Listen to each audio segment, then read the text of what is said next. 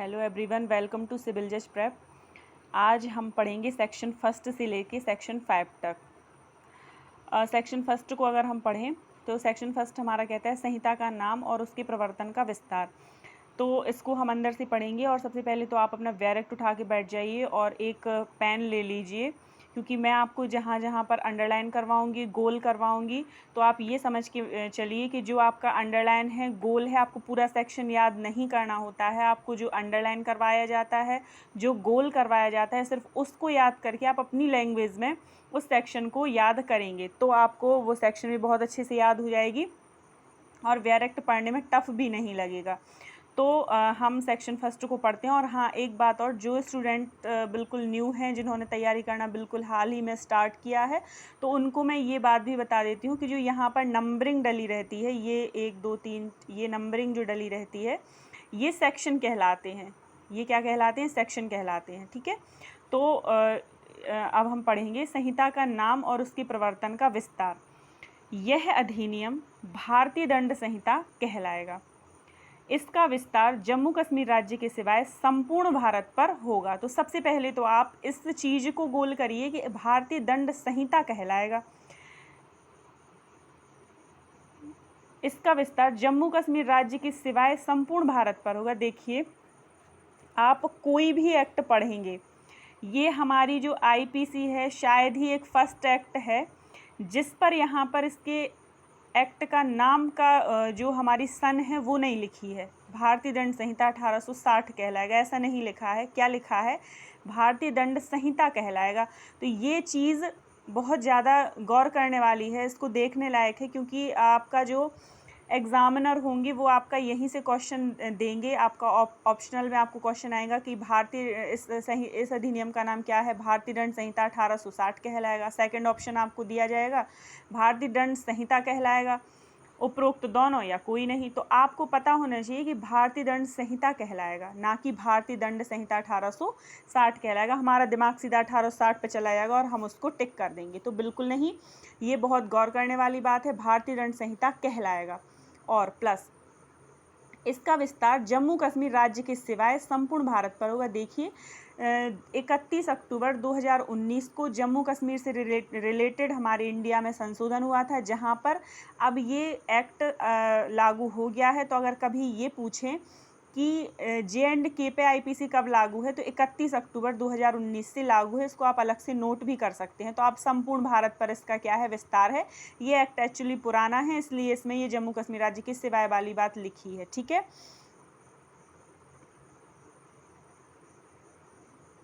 इसके बाद हम पढ़ेंगे सेक्शन 2, भारत के भीतर किए गए अपराधों का दंड।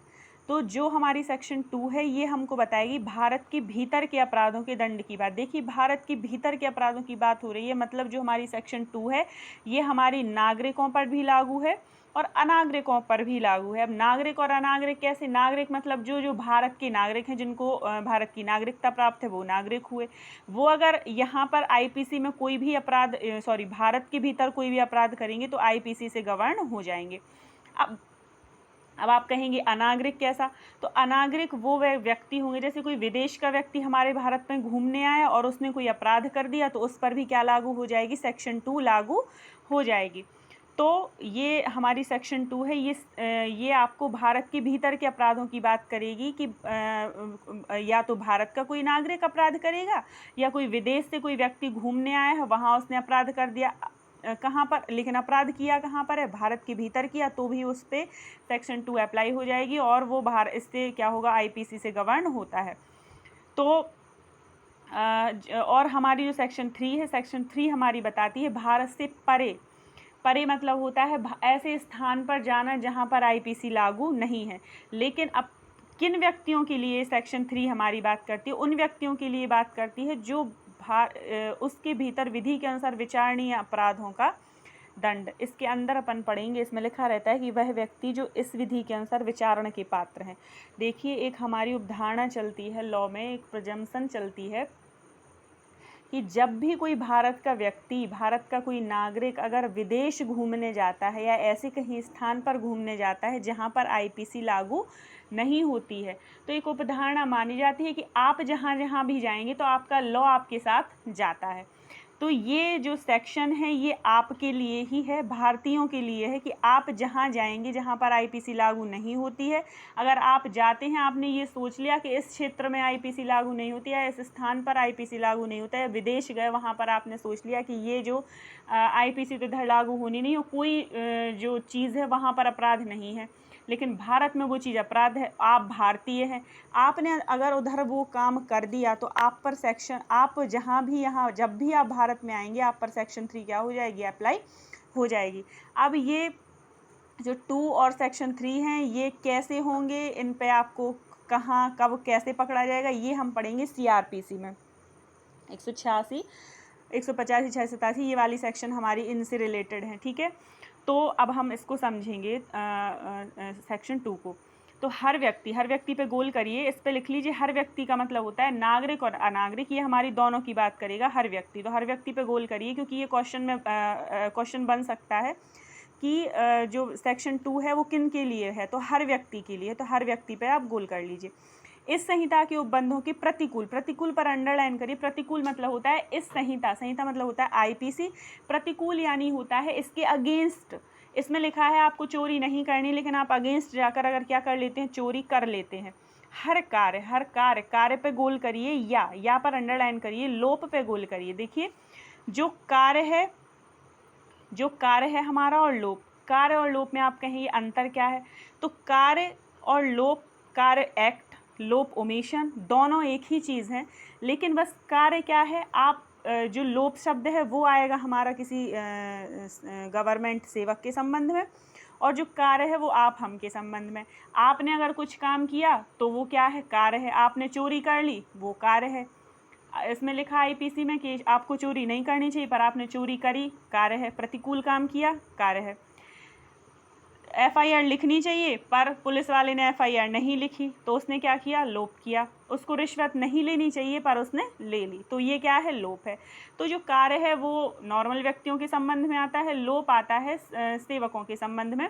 तो ये कार्य और लोप है, जिसका वह भारत के भीतर दोषी होगा इसी संहिता के अधीन दंडनीय होगा, अन्यथा नहीं। इसका अर्थ ये है कि अगर आपने, हर व्यक्ति ने, यानी भारत के भीतर, अगर आप खुद भारतीय व्यक्ति हैं, आपने या विदेश का कोई व्यक्ति इधर आपके भारत में घूमने आता है, उसने कोई अपराध अगर कर दिया इस संहिता के प्रतिकूल, इसके अगेंस्ट जाकर कोई आपने कार्य कर दिया या कोई सेवक ने कोई कार्य कर दिया जिसका वह भारत के भीतर ही दोषी होगा। आपने कहाँ पर वो काम किया है, भारत के भीतर आपने वो काम किया है, मतलब आप आईपीसी में दोषी हो गए हैं, तो इसी संहिता के अधीन दंडनीय होंगे, अन्यथा नहीं। आईपीसी ने आपको बता दिया कि आईपीसी आपको नहीं छोड़ेगी, आईपीसी में ही आप जाएंगे, अन्यथा कहीं भी आपको जाने की ज़रूरत नहीं है। इसी से आप गवर्न होंगे, आपको इसी में सज़ा दी जाएगी। इसके बाद हम पढ़ेंगे सेक्शन 3। सेक्शन 3 में हम पढ़ेंगे भारत से परे किए गए किंतु उसके भीतर विधि के अनुसार विचारणीय अपराधों का दंड। इस पर आप एक चीज़ लिख लीजिए, बाह्य क्षेत्राधिकारता,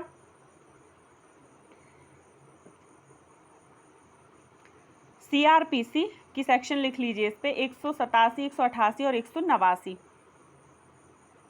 ये हमारी इसी से संबंधित हैं।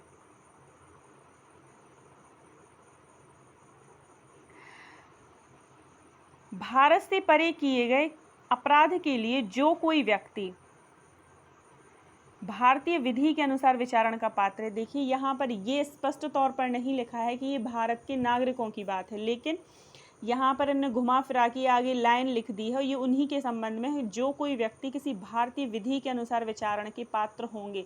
तो भारतीय विधि के अनुसार विचारण के पात्र कौन होते हैं, वही व्यक्ति होते हैं जो भारत के हैं, और ये आईपीसी कहाँ की है, भारत, संपूर्ण भारत पे लागू है। तो हमने आपको बताया है कि जो धारा 3 है हमारी, वो उन व्यक्तियों की बात करती है जो भारत के नागरिक हैं, कहीं बाहर विदेश घूमने जाते हैं, ऐसे स्थान पर घूमने जाते हैं जहाँ पर आईपीसी लागू नहीं होती है। तो एक उपधारणा चलती है कि आप जहाँ जाएंगे आपका लॉ आपके साथ जाता है, और आपने अगर ये सोचकर कोई अपराध कर लिया कि वहाँ पर ये चीज़ अपराध नहीं है और आपने अपराध कर लिया, तो आप जब भी भारत में आएंगे आपको आईपीसी के अंदर ही आना पड़ेगा, आप आईपीसी से ही गवर्न होंगे, आप बचेंगे नहीं। तो भारत से परे किए गए अपराध के लिए इधर से अंडरलाइन करिए, जो कोई व्यक्ति किसी भारतीय विधि के अनुसार विचारण का पात्र है, कौन होते हैं, हमारे भारत के नागरिक होते हैं।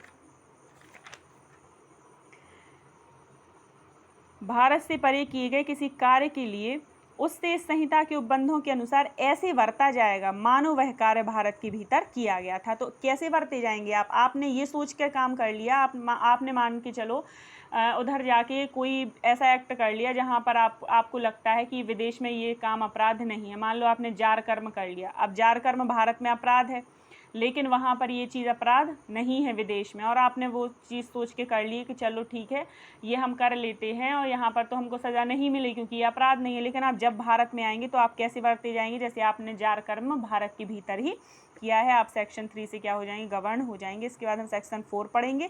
सेक्शन 4 हमारी कहती है राज्य क्षेत्रातीत अपराधों पर संहिता का विस्तार। तो इस संहिता के उपबंध हमारे किन किन पर लागू होते हैं, ये आपकी जो 4th सेक्शन है ये हमको ये बताती है कि कहाँ कहाँ पर कौन कौन से अपराध होंगे जिन पर आईपीसी क्या हो जाएगी, लागू हो जाएगी। तो सबसे पहले तो आपको ये याद होना चाहिए क्योंकि हमारा जो क्वेश्चन है वो यहाँ से पूरे बनते हैं। एक तो ये पूछ लेंगे कि सेक्शन 4 में क्या है, तो राज्य क्षेत्रातीत अपराधों पर संहिता का विस्तार है। इसके बाद हमारा क्वेश्चन यहाँ से भी बनता है कि भारत से बाहर या परे किसी स्थान में भारत की नागरिक द्वारा कौन से सेक्शन के कौन से नंबरिंग पर है।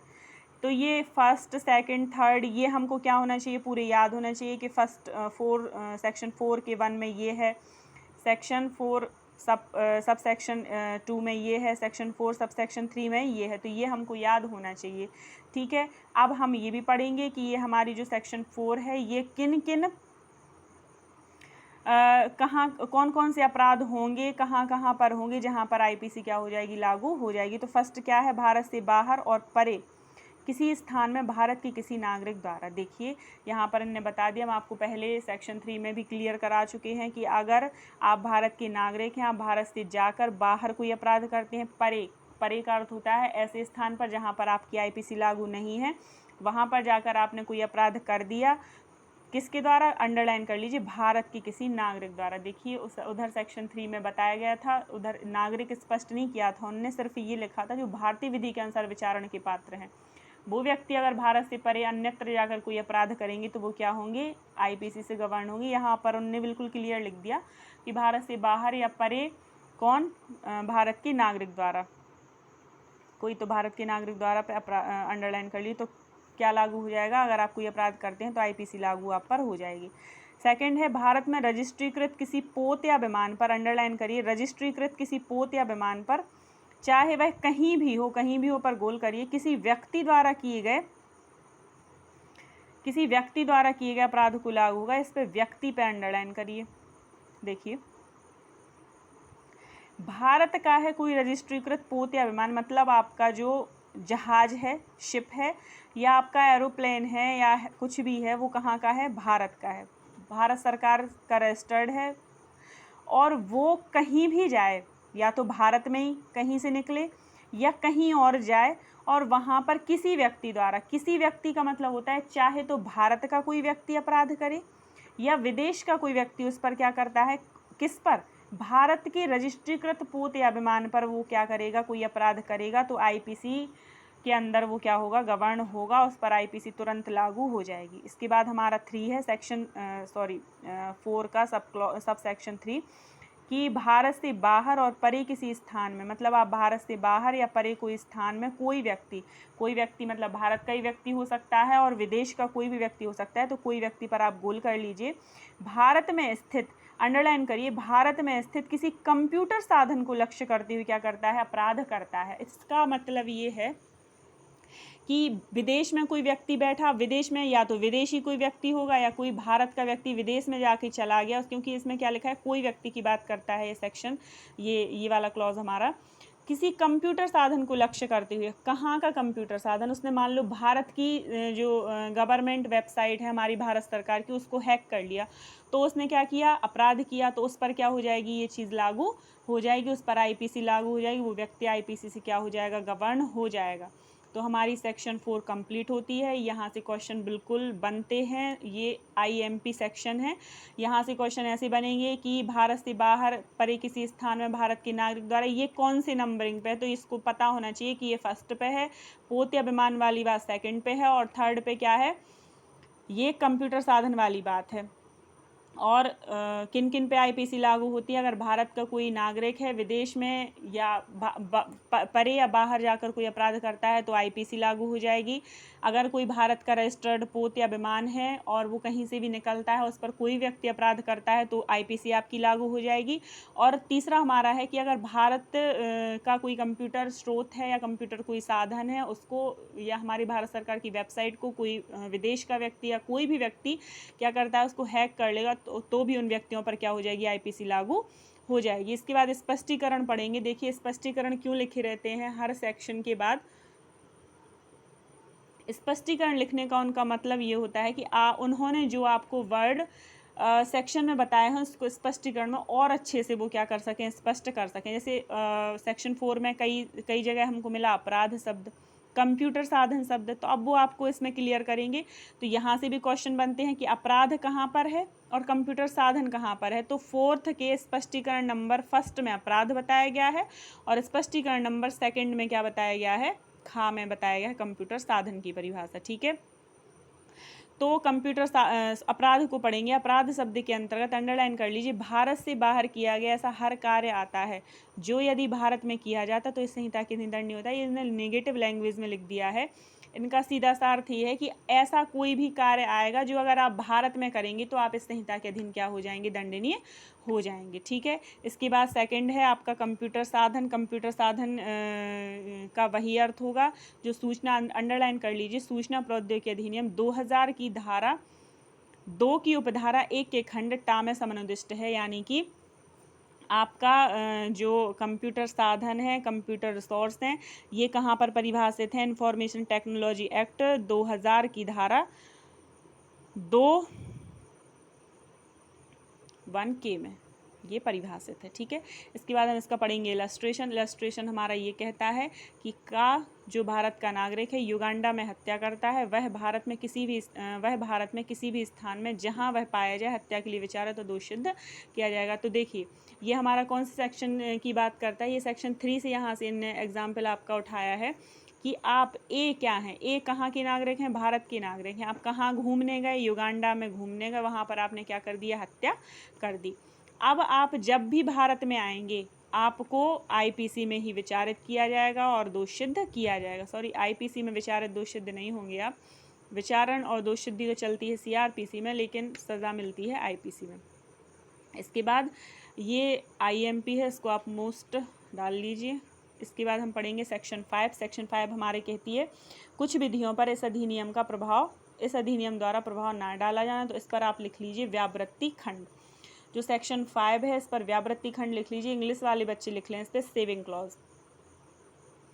ऐसा पूछ लेते हैं क्वेश्चन कि आईपीसी का सेविंग क्लॉज कौन से सेक्शन को कहा जाता है, तो आईपीसी का सेविंग क्लॉज कहा जाता है सेक्शन 5 को। अब सेविंग क्लॉज का मतलब क्या होता है, व्यावृत्ति खंड का मतलब क्या होता है, तो व्यावृत्ति खंड का मतलब ये होता है कि कुछ विधियां ऐसी रहती हैं जिनको आईपीसी ने क्या कर दिया है, सुरक्षित सेव करके रख दिया, उन पर आपकी जो आईपीसी वो प्रभाव नहीं डालेगी। ठीक है, अब हम पढ़ेंगे कि आईपीसी किन विधियों पर प्रभाव नहीं डालेगी, तो उसको हम पढ़ लेंगे। इस अधिनियम में कि कोई बात, इस पर आप अंडरलाइन करिए, कोई बात। देखिए जहाँ पर ये शब्द लिखा रहे कि कोई बात, कहाँ, इस अधिनियम की कोई बात या इस चैप्टर की कोई बात, तो उसका अर्थ ये होता है कि इस सेक्शन के अंदर अब हम जो भी पढ़ेंगे उस पर ये एक्ट लागू नहीं होगा। अगर ऐसा लिखें कि इस चैप्टर की कोई बात, तो उस सेक्शन के अंदर जो भी लिखा रहता है उस पर वो अध्याय लागू नहीं होता। तो इसमें क्या लिखा है सेक्शन 5 में कि इस अधिनियम में की कोई बात, तो इस एक्ट के अंदर अब जो चाहे लिखा हो उस पर सेक्शन 5 के अंदर जो जो लिखा है वो चीज़ें प्रभाव नहीं डालेंगी। मतलब ये ऊपर रहेंगी आपकी विधियां जो इसमें लिखी हैं और ये आपकी उस पर कोई भी प्रभाव नहीं डालेगी।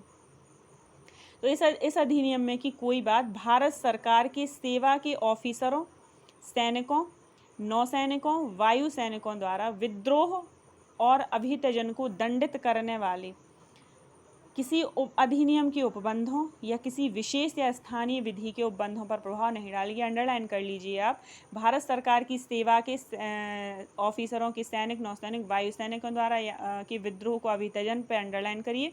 विशेष स्थानीय विधि के उपबंधों पर अंडरलाइन करिए, और प्रभाव नहीं डालेगी पे अंडरलाइन करिए। तो हमारी जो सेक्शन 5 है, ये जो IPCS ने सेक्शन 5 में किन किन चीज़ों को सेव कर दिया आप अलग से लिख लीजिए। कोर्ट मार्शल विधियों को सेव कर दिया है।